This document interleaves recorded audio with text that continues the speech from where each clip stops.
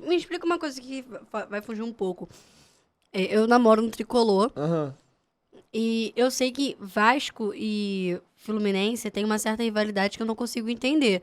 Eu sei que é real. No Twitter eu vejo toda hora Vascaíno provocando Fluminense, coisa que o Vasco não tem nada a ver. Fluminense, tricolor no caso, provocando Vascaíno, coisa que o Fluminense não tem nada a ver. Mas assim, eu sei também que é muito por aquele setor sul, que vocês ficam disputando há muito tempo. E depois eu quero entender da torcida, tipo... Vamos lá. A gente tem... E eu gosto muito de estudar a história do futebol de uma maneira geral e a gente começa a entender as coisas. Eu vi esse vídeo. Se você... Eu vi esse seu vídeo. Qual? Do Setor Sul?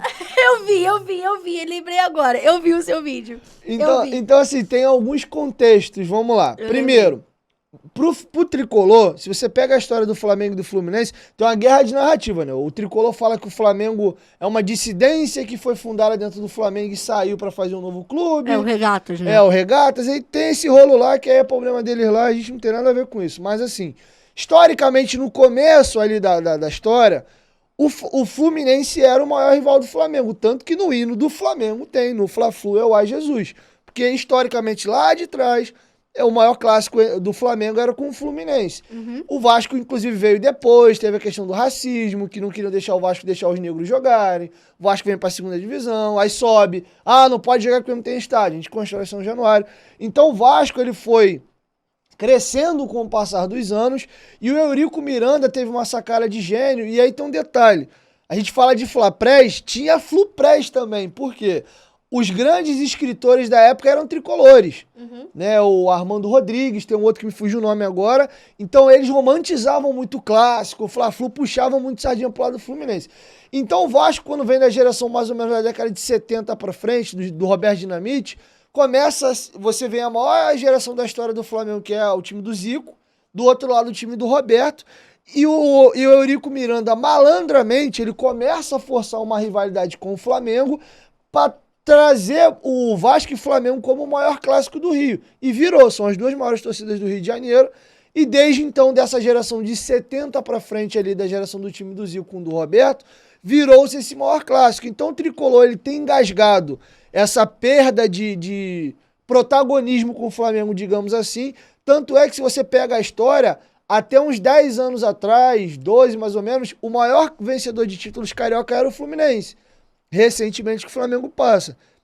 Então você anda muito lá para trás, era o Fla-Flu, era um clássico muito forte. Então o Tricolor, de certa forma, ele tem uma raiva do Vasco, que é como se o Vasco começasse, com o passar dos anos, a tirar o lugar que era deles. E aí você pega a história do Setor Sul, é o seguinte, aquilo ali não é um título conquistado. O Maracanã, ele é construído para a Copa do Mundo de 50, que foi uma Copa sediada no Brasil, e o estádio é construído, e foi feito um acordo à época, que era o seguinte: o primeiro campeão do estádio do Maracanã vai poder escolher eternamente aonde a sua torcida vai ficar. E se você não sabia, a gente lá no Maracanã não fala assim, a rampa do Bellini. Você sabe quem foi Bellini? O Bellini era capitão da seleção brasileira de 50, é um dos maiores ídolos do Vasco, considerado o maior zagueiro da história do Vasco. Tanto que no Maracanã tem a estátua do Bellini. Porque o Vasco foi o primeiro campeão do Maracanã. O Vasco, à época, escolheu o Setor Sul, que foi um título adquirido em campo, o primeiro campeão do estádio. O Vasco escolheu o lado onde a sua torcida vai ficar eternamente. O Flamengo foi para norte porque o Vasco escolheu o sul. Não é que o Flamengo eu quero a norte. Não. O primeiro campeão do Maracanã é o Vasco. E o Vasco tem uma estátua do seu ídolo da época ali, que é o Bellini. Por isso que tem a rampa do Bellini e a estátua do Bellini. E aí, quando vem um consórcio Maracanã, depois da Copa do Mundo, o Flamengo e o Fluminense vão para a licitação para poder administrar o estádio, o Flamengo sempre jogou no norte, não fazia sentido para eles brigar por outro lado. E aí o Fluminense, o que fez? Numa caneta, no contrato falou, a partir de hoje, já que eu vou administrar o estádio junto com o Flamengo, o Setor Sul é meu. E aí o que acontece? O Vasco não joga lá, o Vasco tem São Januário, joga os clássicos lá. Historicamente, como é que era? Vasco e Fluminense no Maracanã. O Fluminense ia pro norte, o Vasco no sul, porque é um direito adquirido. O Botafogo também, quando ele joga o Vasco, tinha que ir pro norte. O Flamengo já sempre usou aquele lado ali mesmo, então ficou nisso. O Fluminense, quando assina o contrato, a partir de hoje o Setor Sul é meu. Então, quando tinha Vasco e Fluminense, o Fluminense foi querer falar, não, eu tenho um contrato aqui, vai você lá pro norte. O Vasco não, senhor, eu sou o primeiro campeão daí, adquiri em campo, eu vou jogar no Sul. E aí tem o tal do clássico lá da briga do setor Sul, que o jogo começa, não tem público no estádio, uma guerra de eliminar na justiça quebrando o pau. E aí, porque não teve público no estádio por causa dessa briga. E aí, depois abre-se o estádio, começa a galera, tá até o gordinho da água que viraliza. Nossa, ele jogando água na cabeça dele. Eu lembro desse jogo. E o Vasco ganha do Fluminense, esse jogo, inclusive. Então, assim, a rivalidade... O primeiro cara que entra no estádio, ele se joga...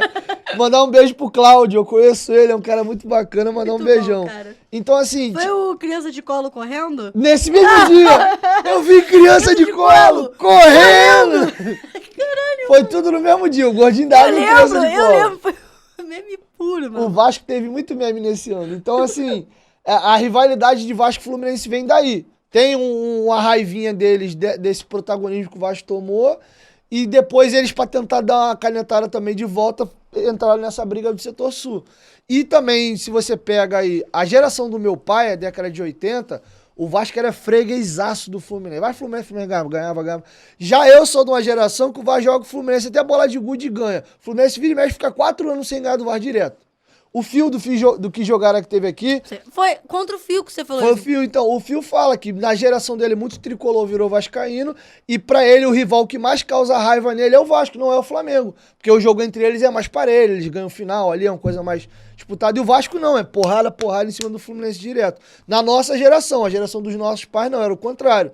E aí de 19 pra cá o Vasco não vem ganhando do Fluminense. Eu tô com medo de voltar o que era lá na década de 80. Então essas coisas são cíclicas.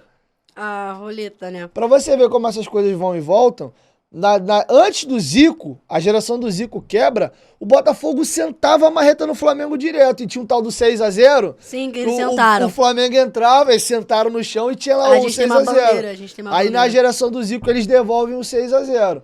Então, essas coisas vão e voltam. O Flamengo ficou 15, 16, 10 jogos direto sem ganhar do Vasco. Então, isso vai e volta, não tem jeito.